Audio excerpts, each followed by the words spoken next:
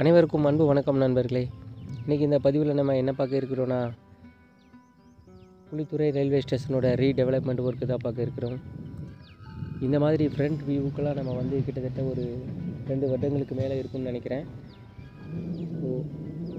இப்போ பார்த்துக்கிட்டிங்க அப்படின்னா, இந்த ஃப்ரண்ட் வேலைகள் நல்லாவே முடிஞ்சிருச்சு, முழுமை பெற்றுச்சு அப்படின்னு சொல்லலாம்.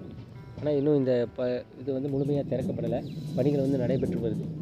பிளாட்ஃபார்ம் சைடும் சரி, அடிஷ்னல் கூடுதலான அலுவலக கட்டிடங்களும் பணிகள் நடந்துக்கிட்டு இருக்குது. ஆனால் இந்த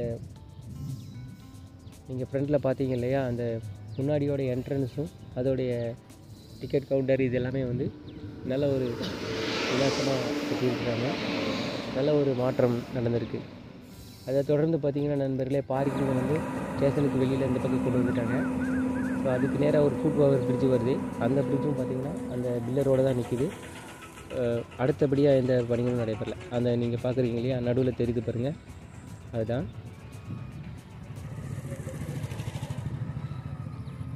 ரொம்ப நாள் ஆயிடுச்சு இந்த ஃப்ரண்ட் வியூவுக்கு நம்ம தொடர்ந்து இந்த அப்டேட் பண்ணிக்கிட்டு இருந்தாலும், புலித்துறையோட ரயில்வே ஸ்டேஷனில் இறங்கி இந்த மாதிரியான வீடியோ எடுத்தது கிட்டத்தட்ட ஒரு 2 வருடங்களுக்கு மேலே இருக்குதுன்னு நினைக்கிறேன்.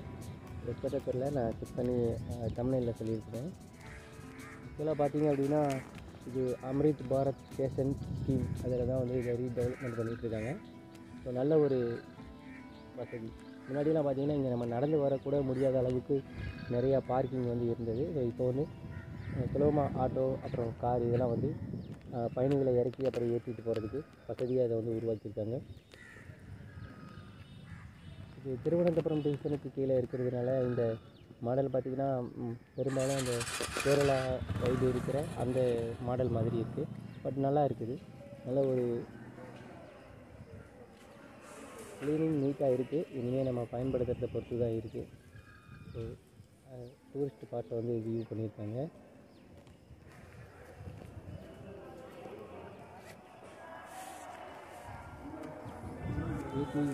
இஎம் மிஷின் 2 மிஷின் இருக்குது. அது மட்டும் இல்லாமல் டிக்கெட் கவுண்டர் இருக்குது, ரிசர்வேஷன் கவுண்டர் இருக்குது. ஸோ இதை பார்த்தீங்கன்னா, இதை ஜூம் பண்ணி காமிக்கிறேன் லாஸ்ட்டில். இது டி ரிசர்வேஷன் அந்த சார்ட் தான் இதில் போட்டிருக்காங்க. ஸோ கிட்டத்தட்ட ஒரு 4 ரயில்களுக்கு டி ரிசர்வ், அதாவது டே டைமில் ரிசர்வேஷன் பெட்டியில் போகிறதுக்கான அதை பற்றி தான் அந்த டீட்டெயில் போட்டிருக்காங்க. நல்லா பெரிய எல்இடியில் டெபாச்சர் அரைவல் பற்றி போட்டிருக்காங்க. இப்போ பார்த்துக்கிட்டிங்கன்னா பிளாட்ஃபார்ம் கொஞ்சம் உயரமாக இருக்குது. இந்த மாடல் மட்டும் மாறலை. அந்த 3 ஸ்டெப்பு ஏறி தான் மேலே போகிற மாதிரி இருக்குது. இதை சமன்படுத்தியிருந்தாங்கன்னா நல்லாயிருக்கும்னு நினைக்கிறேன். ஒருவேளை அந்த மாற்றுத்திறனாளிகளுடைய அந்த டேப்பருக்காக போட்டிருக்காங்களான்னு தெரியல. தேங்க்ஸ் ஃபார் வாட்சிங் ஃப்ரெண்ட்ஸ். நன்றி.